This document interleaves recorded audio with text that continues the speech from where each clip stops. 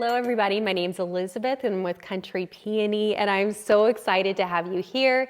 Please enjoy today's replay of how to make this really charming felted daisy using just wool roving and a couple of felting tools.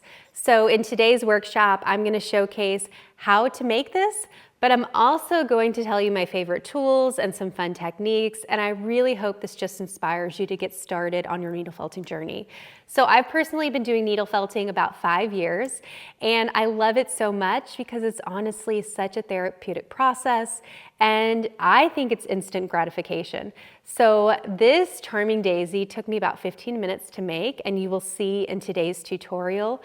But really, the possibilities are endless. The more advanced you get, the more detailed your projects can also get. And I truly just hope that today's tutorial really inspires you just to get started. But before we get started, I wanted to tell you about my special offer because you've joined me today for this replay with this needle felting party. So I created a beginner-friendly needle felting course to inspire you truly just to get started. And if you use the code PARTY, you can get my course for $20. Which honestly, it's normally $47, so that's a really good deal.